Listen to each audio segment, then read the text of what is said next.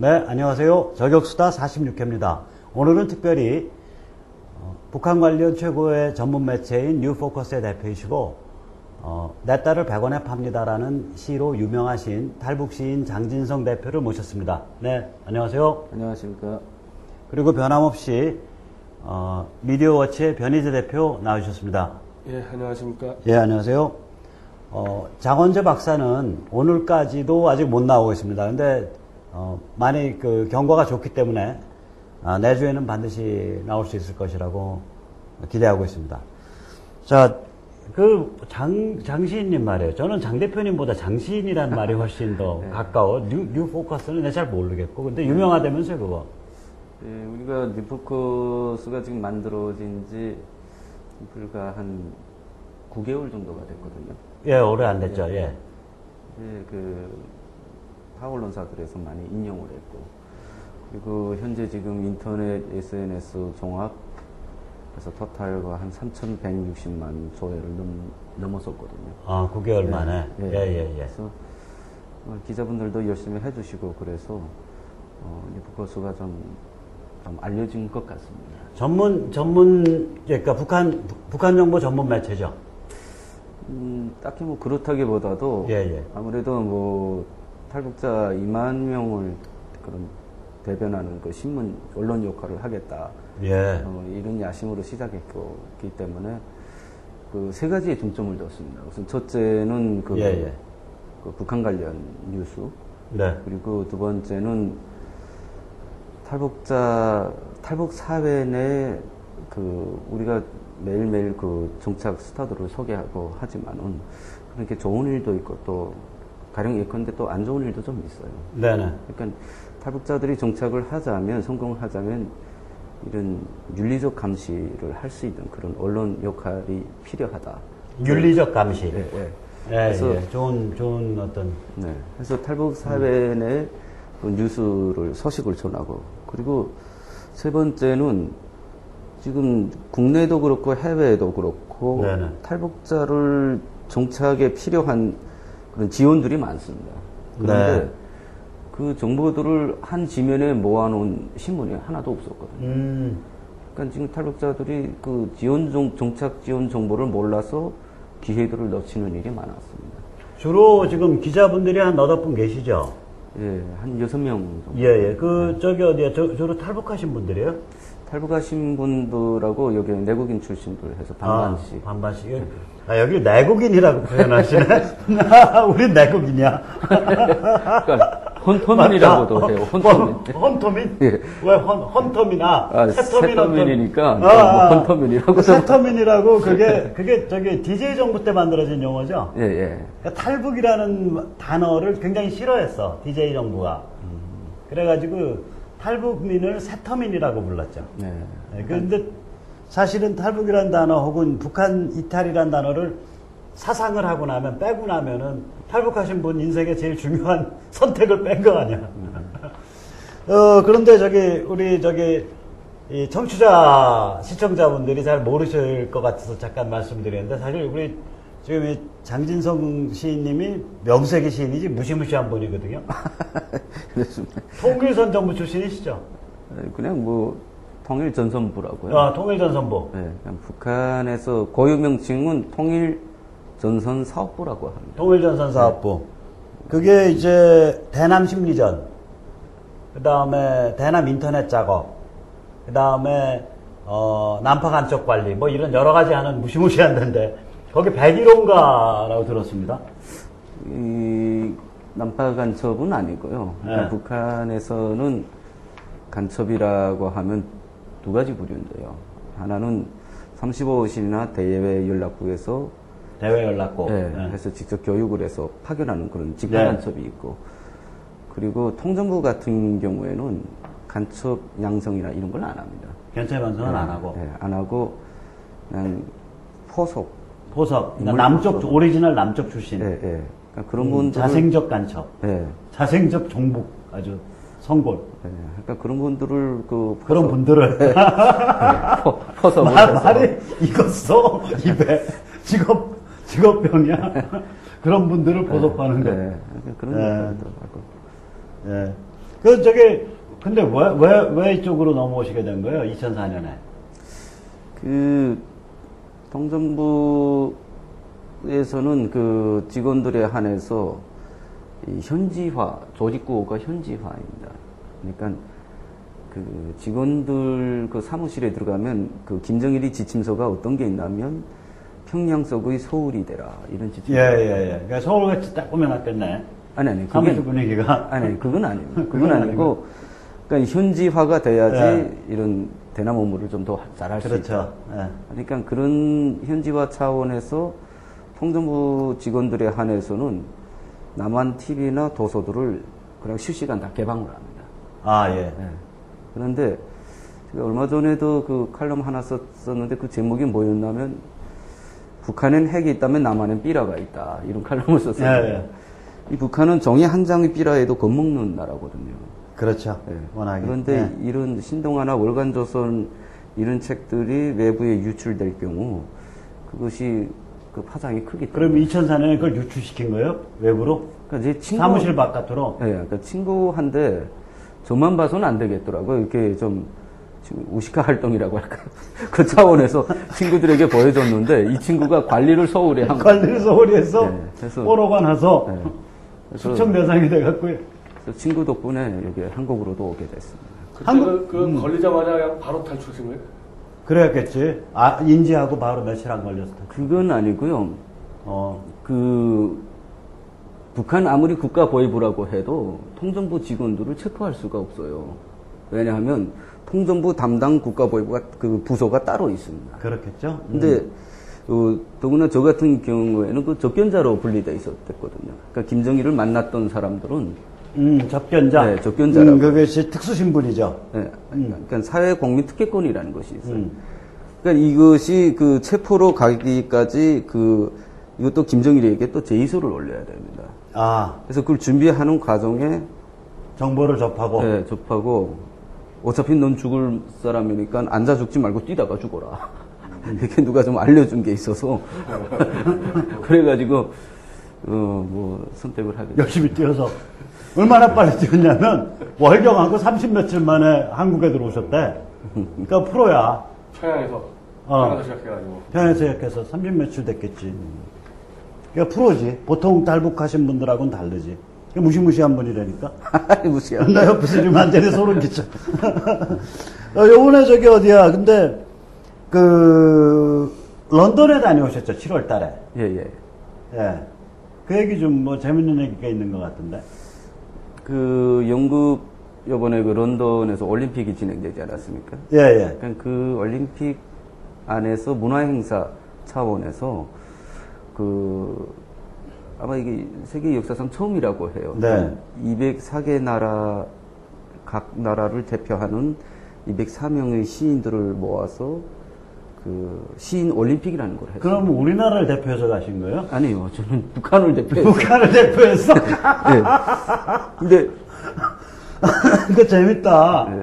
그래서 한국을 대표하신 분은 김혜순 시인이라고요. 네. 그분이 가셨고, 저는 제가 5월 29일 날, 아까 2012년 5월 29일 날에 영국 옥스퍼드 대학에서 저에게 문학상을 줬어요.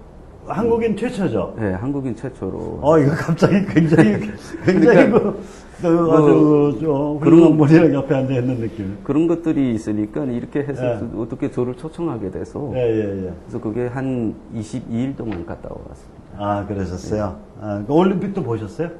아닙니다. 올림픽 전에 오셨죠? 네, 올림픽 전에 행사. 거기서 좀 재밌는 일이라든지 특이하게 만난 사람 이런 얘기 혹시 있으세요? 예를 들어서 이쁜 여류 시인이라든지 네. 혹시 저한테 소개해 줄 만한 무슨 저 영어가 좀 됩니다.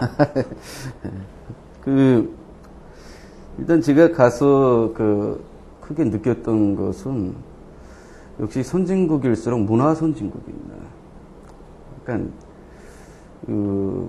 영국이나 이런데 서구 사람들 같은 경우에는 문화에 대한 인식만큼이나 인권에 대해서도 굉장히 중시하고. 아, 그럼요. 네. 그래서 제가 영국 BBC 인터뷰 할 때 제가 이런 이야기를 했습니다.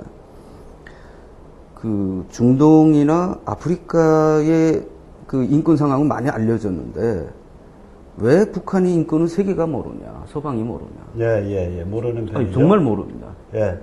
그래서 이 중동 같은 경우에는 많이 알려졌는데 이거 인권 기준도 어쨌든 이 투자 가치에 따라서 판단되는 것이냐. 왜 북한은 기름이 안 나기 때문이냐. 좋은 말씀이야. 그 아주 날카로운 말씀이에요. 제가 사실 어저께 밤에 좀 우울한 상태에서 잤어요. 그 스토닝, 그러니까 스토닝이라는 게 이제 그 돌 던지는 거 얘기하는 거거든요. 스토닝이라는 영화인데 그게 이란을 배경으로 해요. 근데 이제 마을에 아무 잘못도 없는 여자 하나를 이제 간음을 했다라고 이제 죄를 뒤집어 씌워가지고 마을 사람들이 심지어 그 여자의 어린 아들까지 돌을 던져서 그 여자를 죽이는. 근데 그걸 보면서 그래도 저기는 저런 두 가지 점에서 제가 우울해졌어요. 북한을 생각하면서. 하나는 뭐냐면 그 군중과 그 제도의 잔인함, 군중의 우매함이라는 게 어떻게 보면 북한보다 훨씬 문명화되어 있는 걸 거다 이거예요. 그나마. 북한 그거보다 더 심할 수도 있다. 하나는 그거고, 두 번째는 바로 지금 장시인님 하시는 말씀인데, 그래도 이란에 대해서는 저게 외부로 저렇게 영화화돼서 알려졌다 이거예요. 북한은 그거 알려지질 않았잖아. 그게 세계적인 어떤 예술 작품이나 이런 영화나 이런 걸로. 좀 그런 거죠. 그래서 그 어떤 행사에서 예. 어떤 일이 있었냐면 제가 그 북한 인권에 대해서 막 이야기를 하니까 예. 어떤 아프리카 시인이 벌떡 일어서요. 예. 왜 당신네 나라 인권이 세계 최악이라고 하냐? 우리나라 인권이 최악이다. 하니까 그 행사장에 참석하셨던 분들이 사실은 그렇게 하면 안 되는데. 예. 그러니까 놀라서 이렇게 보는 거예요. 해서 제가 뭐라고 이야기했냐면, 맞다. 그 아프리카의 인권도 우리가 주목해야 된다. 그러나 아프리카 독재보다도 북한 독재, 이것이 왜 무섭냐면 가장 치밀한 조직화된 그렇죠. 이 독재이기 때문에 무서운 것이다. 예. 그러니까 그 아프리카 시인 그분은 참 솔직하신 분이시더라고요. 바로 맞다 하고 앉으시더라고요. 그렇죠. 그래서 뭐 그런 일도 있었습니다. 거기서 뭐 불그레한 사람도 좀 있고 그러지 않아요? 시인 중에? 일단 예. 뭐 파키스탄이나 뭐 이런 쪽에서 온 양반들 좀 좌파 시인들 있고 그럴 텐데. 그러니까 그런 성향, 그러니까 이념적으로 그런 성향을 가진 분들도 있는데, 일단 그 나라를 대표하는 아주 유명한 시인들이기 때문에 이분들에게 공통된 것이 뭐냐면 인권이라는 데 대해서는 논화 없이 좌우 이념을 떠나서 굉장히 중시합니다. 그리고 제가 놀랐던 것은 그 막스 저널, 마르크스주의 저널이죠. 잡지. 예. 마르크스주의 잡지. 이게 세계 10위권 중에 속하는 저널인데 여기 대표가 파키스탄 알리라는 분입니다. 예. 이분은 세계 좌파의 대부라시는 그런 분인데 아주 반미주의자고 이런 분인데 저하고 이야기를 하면서 갑자기 뭐라고 말씀하시냐면 나는 김일성을 테러하고 싶었다 하고 이야기하는 거예요. 그래서 제가 아니 당신은 좌익의 대부인데 어떻게 김일성을 테러하고 싶은 생각이 그렇게 이야기를 할 수 있냐. 그 오리지널 막스 레닌주의자라면 김일성 잡아 죽여야 된다고 생각하죠. 그러니까 그분 말씀이 정상적인 좌익이라면 정상적 급진 좌파, 그냥 좌파도 아니야 그거. 그러니까 막스주의자. 그러니까 정상적인 진보주의자라면 그 진보 아니니까 막스주의자라니까. 김일성에 대해서 북한 정권에 대해서 중호를 해야 된다 이렇게 말씀하셨죠. 맞죠. 아, 참 이거 웃어야 되나? 이거 참 같이 그러네. 너무 그런데 여기 넘어오신 다음에 이 문화선전 작업을 하셨잖아요.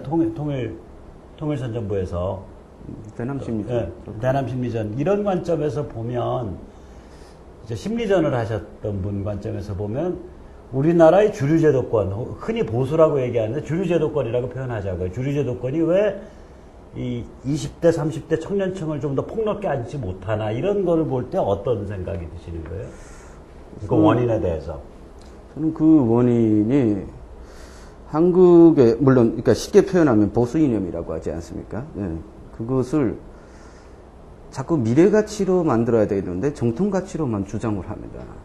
그러니까 전통 가치, 네, 미래 가치가 아니라. 네, 하니까 한국의 보수 이념을 문화화할 줄 알아야 되는데, 약간 그리고 또 젊은 애들이 눈높이에 맞게 그 접근 논리를 개발하고 이런 폭력이 좀 있어야 되는데요. 제가 보기에는 한국의 약간 뭐 물론 다 그렇다는 건 아니겠지만은 그런 기득권적인 그런 게 좀 있는 것 같습니다. 하니까 젊은 애들이 한데 호응이 되는 그런 이념의 문화화가 이루어지자면 이념의 디자이너들이 있어야 되는데 그런 이념의 디자이너들은 솔직히 그 젊은 사람들이 또 그런 많이 창의성이 있거든요. 그러니까 그것을 한국 보수가 허용하고 존중해주고 저는 이런 게 좀 필요하지 않겠냐. 그래서 그런데 제가 2004년도 탈북에서 그때 좌파 출신 운동가들도 많이 봤고 우파 출신 운동가들도 봤는데 좌파 출신의 그 운동권에 계시던 분들은 그 이후에 보니까 뭐 국회 보좌관으로도 가고 공기업 뭐 이사로도 가고 그랬는데 불행하게도 한국 우파 아스팔트 우파는 예나제나 지금도 아스팔트 우파더라고요. 그러니까 저는 이 애국에도 또 보수 이념에도 그 대가가 있다는 것을 이것 애국의 계승이 이루어지자면 그게 뒤따라서 괜찮은 사람을 뽑아 써주고 그래야지. 근데, 나만 빼고. 근데 그것을 주도할 수 있는 정치 집단이 없는 것 같아요. 그것을 결심하고. 그러니까 두 가지 문제인데, 우선 오늘은 이제 문화에게만 맞춰서 보면 저는 이제 단적으로 이런 문제라고 생각하거든요. 그 요새 뭐지? 오빠 강남스타일 뭐 이런 거 있지 왜? 그 뭐야? 싸이의 강남스타일. 그게 내가 그걸 이렇게 보면서 야 참 조국 망했다 생각을 해서 조국 교수. 왜 그러냐면 이제 문화 얘기니까 하는 말이에요. 뭐냐, 조국 교수가 팔아먹은 메시지는 이거거든. 나를 지지해주거나 나로 대변되는 이미지를 지지해주면 당신도 개념 강남 좌파 지식인과 급이 같아집니다. 이런 메시지를 판 거예요. 조국이 자기의 잠재적 지지자에 대해서 혹은 근데 이게 싸이가 판 건 그게 아니라 야 웃기지 마 내 손 까지 마 인간은 욕망의 덩어리야 우리 소박하게 욕망에 관해서 좀 얘기해보자 오빠 강남스타일 이런 거란 말이에요 이게 그러면 이게 이제 규류제도권 혹은 이런 쪽에서 아 저거에 그런 문화 코드가 들어있다고 식별해내고 그걸 어떤 정치적 혹은 사회적 메시지랑 연결하는 작업들을 해줄 수 있는 진영이 짜여 있어야 되는데 없어요. 그러니까 문화에 대해서 개념이 없어 이쪽 주류제도권이. 그러니까 천박해요. 그게 사실이야. 문화의 개념이 있었으면 대한민국 정도 경제 돌아가면 굉장히 사회 안정되어 있어야죠. 정확하게 보시면 그게 꼭 문화에만의 문제가 아니고 아까 내가 막 방송하기 전에 장신이 나오고 보내겠는데 저는 애초에 그걸 포기했기 때문에 비판적으로 고집하면 안 되는 소리라 봐서 그러니까 단순히 다 잘하는데 문화가 안 돼서 저런 문제가 벌어지는 게 아니고 잘못되는 보수라는 사람들은 그냥 30대 대기업이 벌어다주는 그거 가지고 그냥 가만히 있으면 국가가 굴러간다는 정도로 보니까 그런 거야. 실제로 할 일이 없어요. 그러니까 이런 뭐 제가 담당하는 인터넷 뭐 대중문화라든지 어마어마하게 손댈 게 많고 할 게 많은데 그냥 대기업만 되도록 놔두면 된다니까 할 일이 없으니까 그거는 문화가 뭔지도 모르고 사회 통합이 뭔지도 모르고 인재도 그냥 자기들이 잘 노는 있는 사람들만 앉히면 되죠. 일이 없으니까. 뭐 그렇게 되는. 그리고 이제 거기다가 아까 이제 일을 하자고 나오는 사람들은 음해를 당하고 쫓겨나게 되죠. 그 장 대표님도 이제 볼 때는 어떤 경우든 보수를 기억하러는 머리를 쓰지 마시라. 그러니까 주류제도권의 정신머리를 좀 차리게 하는 거는 참으로 지난한 일이다 이런 얘기죠. 아니 나는 그리고 또 딴 걸 해야 됐다. 어떤 문제가 좀 있다고 보냐면요. 북한 인권에 대해서만 이야기하고 탈북자들이 인권에 대해서도 좀 관심을 가져야 된다고 보거든요. 그러니까 솔직히 지금 탈북자가 이게 한두 명이 온 게 아니라 이제는 2만 명이 넘어서 작은 수가 아니죠. 이것이 어느덧 그 탈북 사회를 형성을 했는데 이렇게 대단하니까 탈북자들이 안에 그 정착과 관련해서 또 안 내부의 그 인권 문제도 또 제기되고 그런데 왜 한국 보수 물론 자꾸 보수해서 주류 제도권. 예, 주류 제도권에서 네, 예. 북한의 인권만 이야기하지 말고 탈북자 내부의 이 인권이나 이 정착과 관련해서도 좀 관심을 가지고 좀, 네, 예. 좀 이렇게 좀 아낌없이 좀 이렇게 좀 그런 노력들이 좀 같이 한번 좀 작업을 하도록 한번 뭐 자리를 만들어야겠죠. 요번에 아주 거의 뭐 정부 조직 하나를 되게 공격을 하신 걸로 아는데. 제가 오늘 여기에 나온 이유 중에 하나가 바로 목적과 저희가 있구나. 네, 그 이야기 그냥 나온 줄 알았더니 그 이야기를 뭐 역시 통일전선부야. 좀 하자고 그러는데 네. 지금 북한 이탈 주민 지원 재단이라고 작년부터 지금 네, 통일부 산하재단이죠. 260억 정도 예산이 지금 모아져서 그 재단이 운영되는데 그러니까 1년 운영 예산이 한 260억 되죠. 예. 그랬는데 여기 뚜껑을 열어 보니까 뭐 인건비로 28억 뭐 그리고 뭐 경상비 그거 다 합쳐서 그냥 그 인건비까지 합쳐서 48억 그리고 여기 또 102명이 또 상담사를 둬서 또 36억이 나가고 그러니까 이 260억 정말 벼룩이 간 빼먹는다고요. 그 탈북자 그 어려운 탈북자들을 위해서 260억이라는 그 국민 세금이 모아졌는데 거기에서 절반에 가까운 돈이 결국은 운용 자체로 재단 그 자체로 지금 소화되는 돈이거든요. 조금 있으면 이제 재단 내 노동조합 생겨.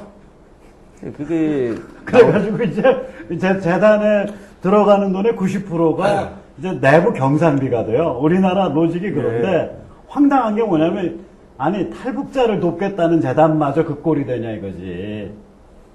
좀 만들어진 지 얼마 됐죠, 재단이? 한 1년? 1년이잖아요. 아직 노조 안 생겼지?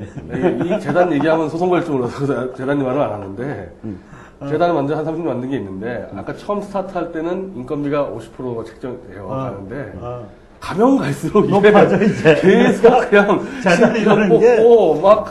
퇴직연금 올리려면서 거의 90%를 육박하게 재단이 외부 사업은 안 하고, 결국은 사람 많죠. 위인설관으로 뭐, 통일원, 뭐, 퇴직자, 뭐, 그 정부 부처 퇴직자, 다 몰려 들어가지고. 앉혀서, 거기 월급 주고, 활동비 주고, 기사 주고, 비서 두고, 이거, 그리고 자기들끼리 고용을 창출한 거예요. 이제 말하자면. 정말 그게 비참한 현실이에요. 근데 이제 문제는 뭐냐면, 딴 거 갖고 그거 하지. 왜 탈북자 이름 빨아서 그거 하냐. 그거 웃기는 거 아니야. 그래서 제가, 벼룩이 간 빼먹는 거. 제가 표현을 그렇게 하는데. 이게 재단 노름하려면 제발 딴 거 갖고 해라. 괜히 탈북자 이름 팔지 마라. 그래서 지금 얘기를. 탈북자들 속에서 어떤 의견들이 지금 나오냐면 왜 탈북자가 이제는 와서 대한민국 국민이 되지 않았습니까? 근데 왜 통일부에 소속돼야 되냐? 차라리 우리가 행정부 쪽으로 넘어가게 되면 행안부로 그러면 우리가 행정 서비스 받는 데 있어서도 더 좋고 그렇지. 이게 통일부 소속으로 해놓으니까 통일부라는 것은 북한하고 대화를 하자는 부서가 아닙니까? 그러니까 탈북자를 지원을 못 해주죠. 네, 그러니까 전투적 지원이 불가능하지. 그러니까 지금 탈북사에서 우리가 행안부로 가야 된다. 그거 맞는데. 네. 그거 서명 한번 해보시오. 그래서 우리가 그걸 하려고 한 5천 명만 서명 받으면 아마 쥐고 흔들걸? 설문조사도 올리고 그걸 하려고 합니다. 그러니까 나도 통일부 마음에 안 들어. 그러니까 말이 안 되잖아. 왜 탈북자가 와서 대한민국 국민이 됐으면 정부 서비스를 받으려면 제대로 행안부 탈북자 관리사는 행안부 소속이 돼요. 근데 여성가족부는 여성가족부?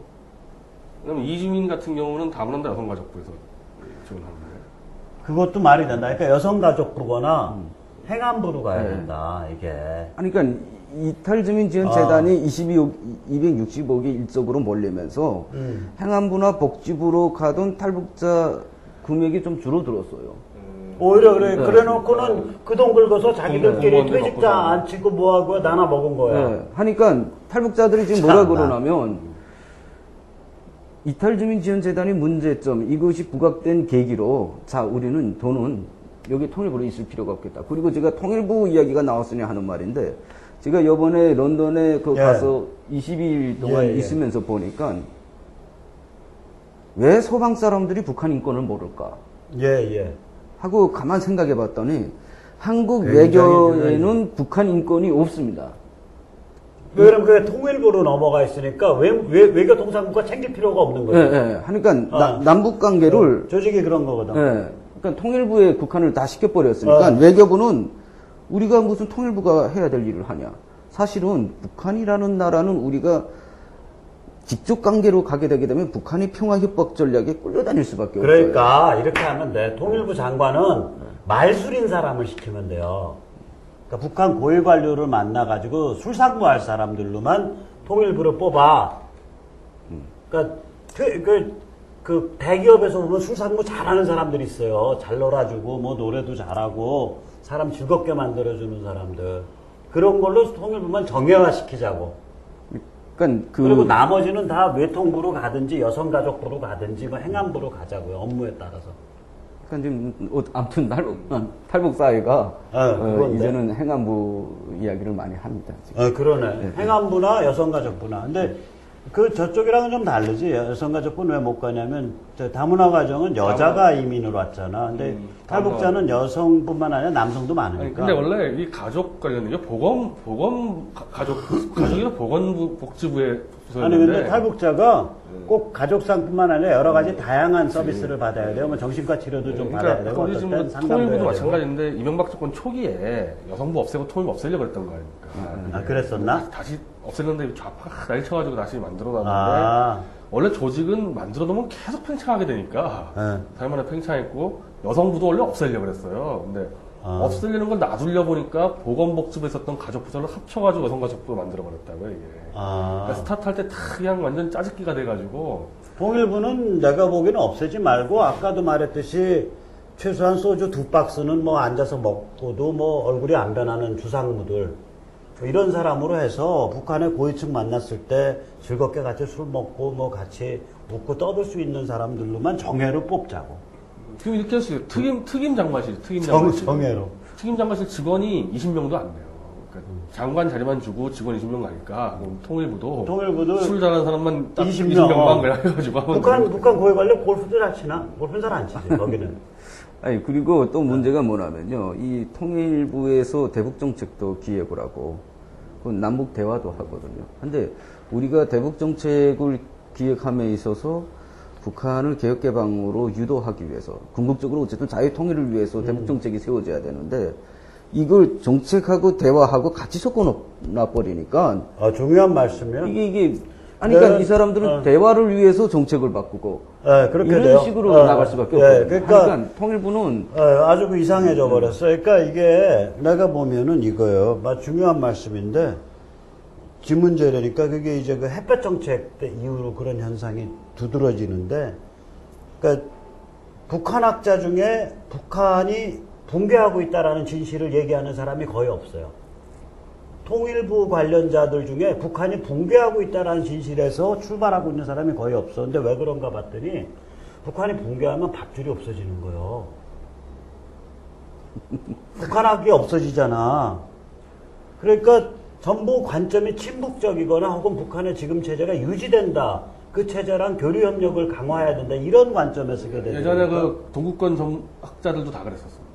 옛날에 그 동구권 무너지기 전에 동구권 전문 학자들도 전부 다 그랬어요. 친동북 뭐 이랬어? 소련 그러니까 우리나라에 아니면 미국의 소련 전문 학자들도 다 그래가지고 내 친구 하나가 미국 명문대학에서 소련 전공을 했다. 그 이름도 있어요. 소비에톨로지라 그래.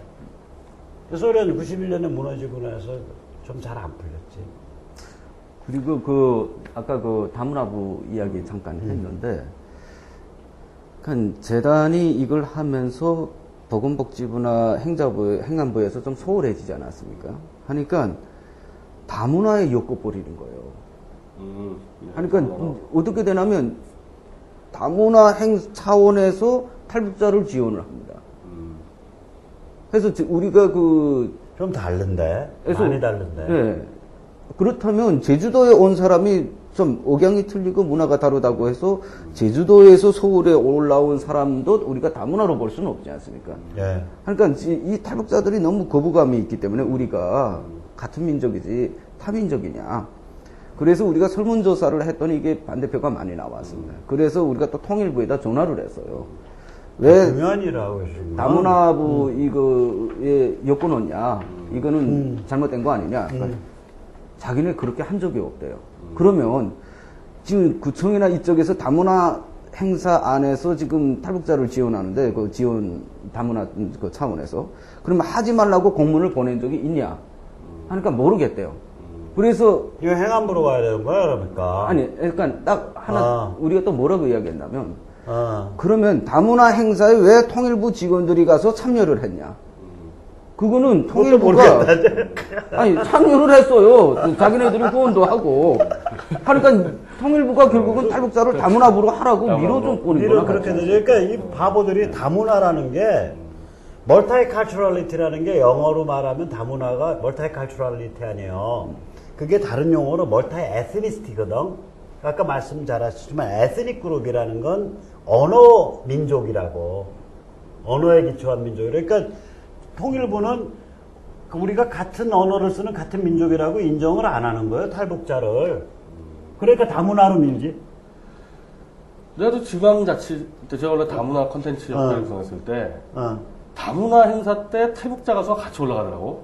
글쎄, 그 얘기지. 그러니까 그 얘기하는 거죠. 그 얘기야. 아, 이번에 경기도 지방교육청 그쪽에서 그 경기도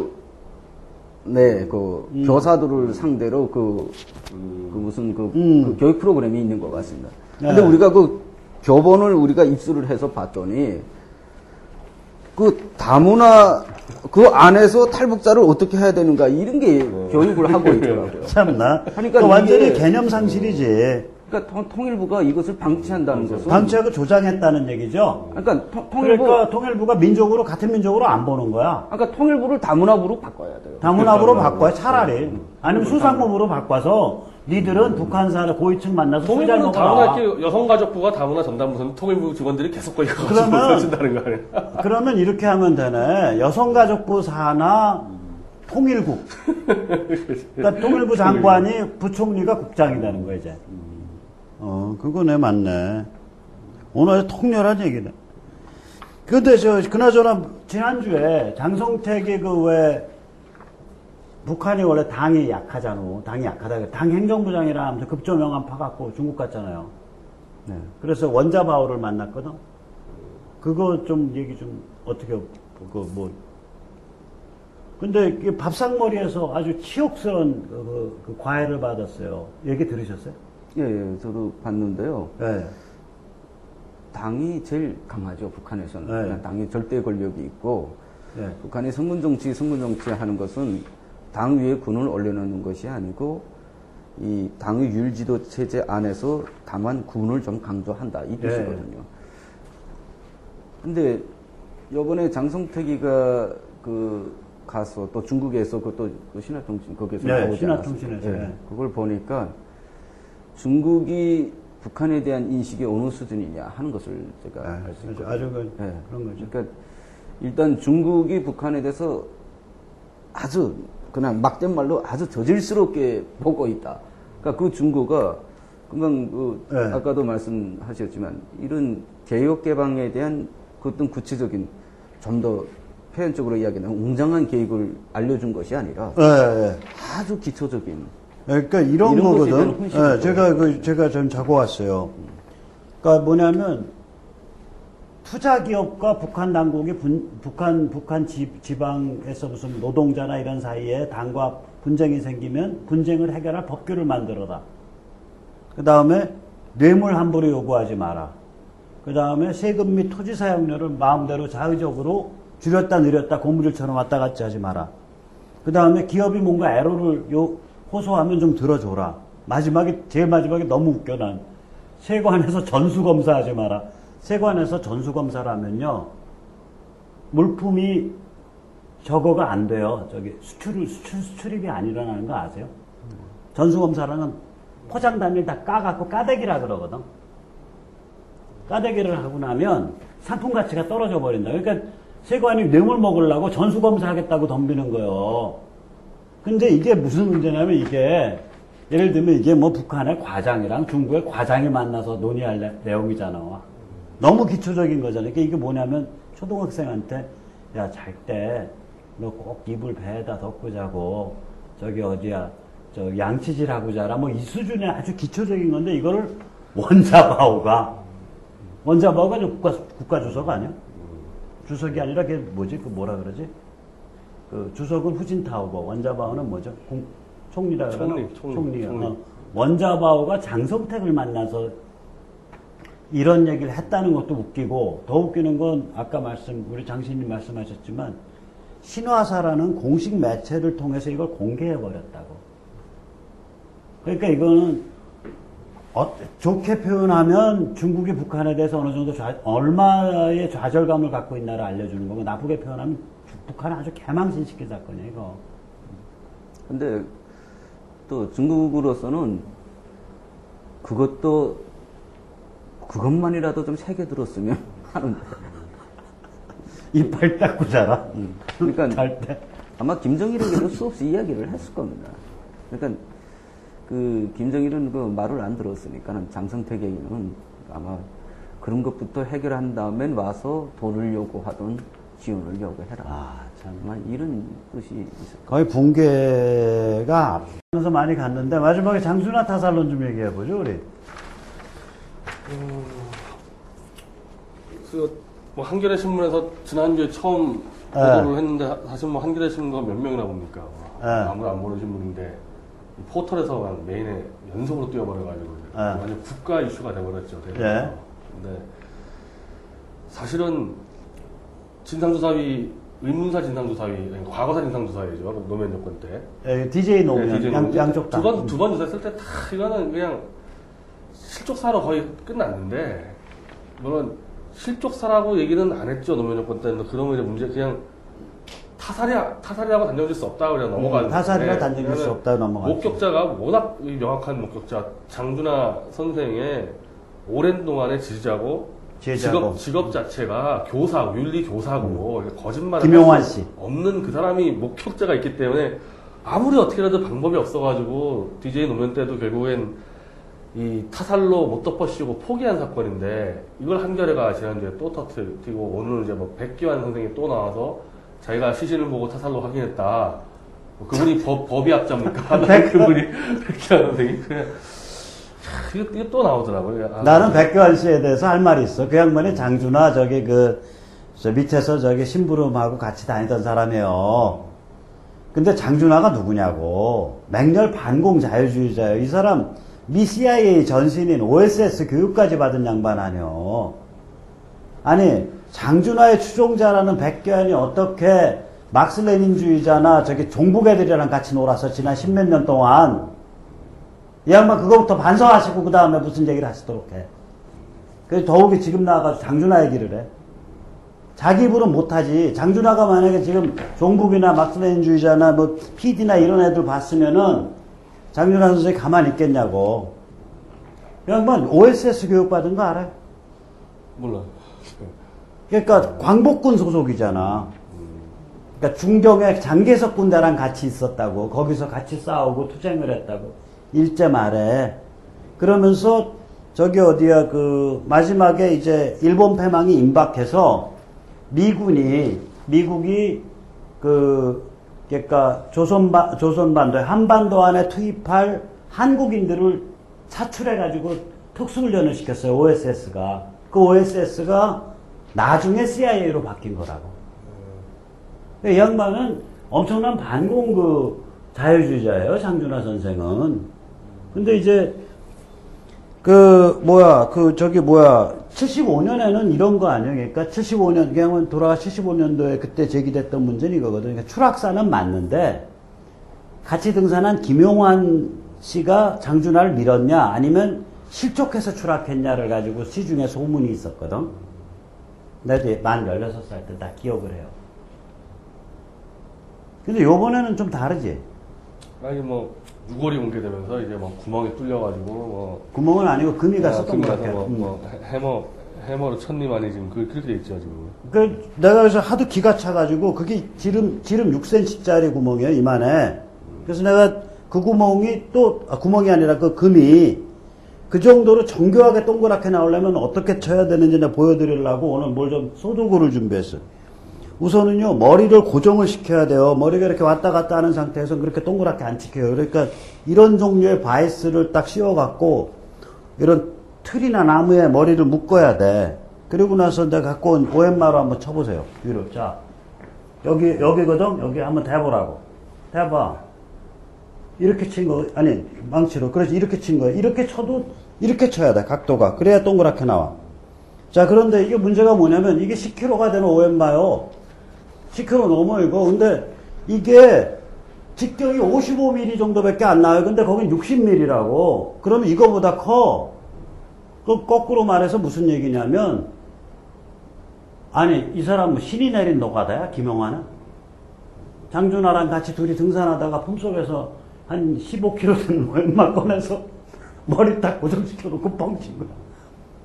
나는 이게 제일 황당한 게, 이런 주장을 하려면 김용환 씨를 살인범은 지금 시효가 지났지만 위증은 아직 시효가 남아있거든요. 왜 그러냐면 진상규명, 진상조사위원회? 과거사 진상조사위원회. 거기에서 진실과 화해를 위한 과거사 진상조사위원회. 거기서 진술한 내용이 그게 법률적 증언에 해당할 거예요. 그게 2000 몇 년에 했으니까 아직 시효가 남아있다. 그럼 위증으로 고발한 다음에 해라 이거야. 그래야 당당하잖아. 비겁한 거지. 이렇게 계속 이렇게 하면 햄머로 때려 죽였니 자꾸 이런 얘기를 하는데 네. 그 김용환 씨가 명예훼손 걸면은 제가 볼 때 위험해 보이던데요, 그 사람들요. 그거 제대로 걸리죠. 아무리 뭐 공익적 목적으로 다 하더라도 이렇게 지속 반복적으로 계속하는 거는 네. 상당히 위험해 보이고 있습니다. 그리고 공익적 목적이라는 게 자기들이 정권 잡았을 때 저기 30번이나 사람 불러서 괴롭혔는데 노인네 불러서. 근데 이게 시작인 것 같아요. 이제 시작이고 이른바 친노 종북 세력에서는 대선 때까지 역사 전쟁으로 가겠다는 큰 전략하에서 가장 제가 볼 때 좀 가벼워 보이는 장준영부터 시작한 것 같아요. 한겨레가 시작한 거 보니까 그건 뭐 계속 나오겠죠. 제가 뭐 동백님 사건, 인혁당 그리고 김영옥 사건 뭐 다 튀어나올 것 같습니다. 동무님의 말하면 자기들이 인혁당은 1차는 자기들이 거시기고 2차는 뭐 실미도 사건, 그러니까 2000 노무현 정부 때 했던 과거사 진상조사에 들어갔던 사건들 다 튀어나올 것 같다. 그리고 이제 이른바 김영국 회고록에서 나온 사건들 전체 다 나올 것 같아요.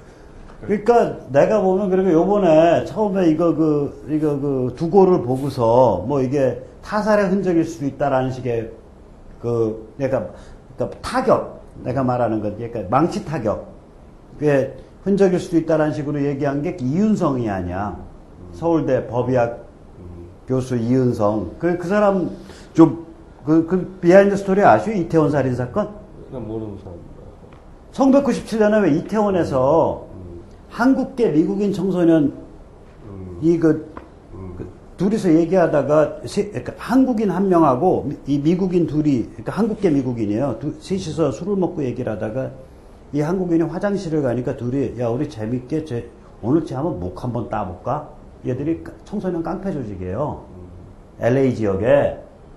그래서 야 그럼 너가 진짜 딸 수 있으면 따봐. 야 우리 그럼 같이 따자 뭐 이래가지고 두 놈이 화장실에 가서 한 놈이 붙잡고 한 놈이 목을 땄어요. 진짜 목을 땄다니까 이렇게. 화장실 피바다가지고 둘이 튀었어. 근데 얘들이 나이가 어리니까 미군 부대에 들어가서 그걸 자기들이 목 땄다고 이제 떠벌리고 다닌 거예요. 그러니까 미군이 잡아가지고 둘을 공동정범. 미군 CID가 잡아가지고 공동정범이라는 건 두 명이 같이 범행했다로 딱 조서를 제대로 꾸며서 한국 쪽에 넘겼다고요. 근데 한국 검찰이 이걸 부검을 이윤성한테 맡겼네. 요번에 이 두골의 그 동그랗게 금간 게 이 흉기 타격일 수도 있다라고 얘기한 그런 얘기는 이때까지 없었던 얘기를 이윤성이가 꺼낸 거요.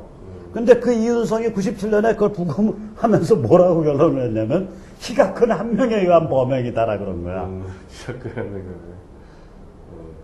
무슨 말인지 알겠죠? 그런데 또 검사가 바보였어. 그래가지고 공동정범으로 기소를 하는 대신에 한 명한테 살인죄를 물었는데 그게 단독범행의 증거불충분이 되어버렸어요. 둘 다 풀려나가고 튀어버렸다고 미국으로. 그러니까 이윤성이라는 사람은 법의학계에서 명함을 낼 수가 없는 사람이에요. 망가진 인생이라고 법의학자로서는. 그 이태원 살인 사건에 그 저기 영화도 있었잖아. 몇 년 전에. 그거예요, 그거. 아, 그게 그 사건이에요? 예. 황당한 거야. 광우병 거짓 선동에 그 김규리가 나와가지고 아예 볼 생각도 안 한 영화였는데. 그게 그 사건이에요. 예. 뭐 김규리 청산가리? 청산가리. 청산가리 킴. 예, 청산가리가 나온다. 아이고, 오늘도 뭐 시간은 많이 됐네. 어떠세요? 자, 이제 마지막 한마디씩 하시죠. 글쎄요, 아까 하여튼 뭐, 지금 장준환 건 아까도 얘기 들었지만은, 오늘도 또 올라왔어요. 아까 그 백기환 선생님 얘기부터 또 올라왔고, 최소한 한 달은 끌 것 같아요. 장준환 건 가지고. 근데, 다 포탈 중심으로 하고 있다는 거예요. 이런 모든 이 정치적 선동 의혹이 완전히 미디어 다음을 포탈에 집중돼서 올라오고 있기 때문에 그거를 분쇄를 하지 않으면은 계속 터지면 뒤에서 맞고 터지면 뒤에서 맞고 이거 한 몇 년 했던 거 또 반복할 수밖에 없다. 그 반복하게 될 거야. 아예 그냥 포탈이라는 데를 정면으로 먼저 선제 공격을 해야 되는 게 아닌가. 좀 그렇게 계속 주장을 하고 있습니다. 하셔. 하셔. 나는 몰라. 우리 저기 장진성 시인님 한마디. 저는 뭐 아무래도 뭐 제가 이야기할 것은 뭐 남북관계라든가 그리고 탈북자 정착 관련해서 이야기하고 싶은데, 그러니까 이탈주민지원재단에 대해서는 뭐라고 우리가 표현했냐면, 이건 탈북자 24,000명을 위한 북한 이탈주민지원재단이 아니라 공명조직 귀족재단 형식지원의 양심이탈지원재단이라고 했어요. 공명조직, 귀족재단, 양심이탈지원? 네, 그러니까 그런 형식지원의 그 양심이탈지원재단이다. 이렇게 표현했는데, 이 탈북자가 정착에 성공하자면, 또 앞으로 통일돼서도 이 정착에 성공한 모델들이 있어야 돼요. 탈북자 성공 모델들이. 그러니까 이것을 만들어주는 것이 바로 이탈주민지원재단이 해야 될 몫이라고 보거든요. 좋은 말이죠. 예. 근데 이것을 포기한다는 것은 통일을 포기하는 것이나 마찬가지예요. 그러니까 통일부가 이따위 식으로 재단을 운영할 바에는 차라리 국민 세금을 260억을 돌리고 차라리 탈북자들은 행안부나 차라리 국민들과 똑같은, 다만 좀 불우이웃이라는 좀 서민 그런 지원이겠죠. 차라리 이쪽으로 더 우대받는 것이 더 낫겠다. 그러니까 저는 오늘 그런 탈북자들의 그걸 약간 이견을 대변해서 좀 이야기를 하고 싶었거든요. 정말로 감사합니다. 좋은 말씀이죠. 뭐냐면은 재단이라는 게 원래 이 공무원 조직, 관료 조직에서 만들어두면, 특히 우리나라에서 사업보다도 내부 조직원끼리 결국은 고용 발생시키는 걸로 끝나버리는데, 이게 탈북자를 위한 재단이라면은 그렇게 가면 안 되죠. 앵벌이에도 도가 있는 거지. 탈북자를 팔아서 퇴직 공무원들 자리 만들어주고 위인설관하고 그게 말이 되냐고요. 이거는 도리가 아니죠. 자, 오늘 저격수다 46회 여러 가지 굉장히 무거운 주제였거든요. 근데 뭐 허심탄회하게 좀 말씀을 드려보려고 애썼습니다.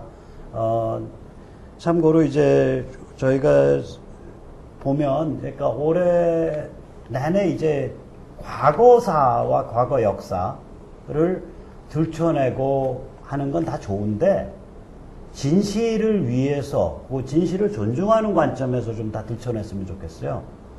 아까도 잠깐 말씀드렸지만 장준하 선생 같은 경우에 75년도에 소문이 있었어요. 그 소문은 뭐냐면 추락사를 했는데, 그 추락을 했을 때 본인이 실족해서 추락했냐 아니면 같이 등반했던 제자 김용환 씨가 밀었냐를 가지고 소문이 있었어요.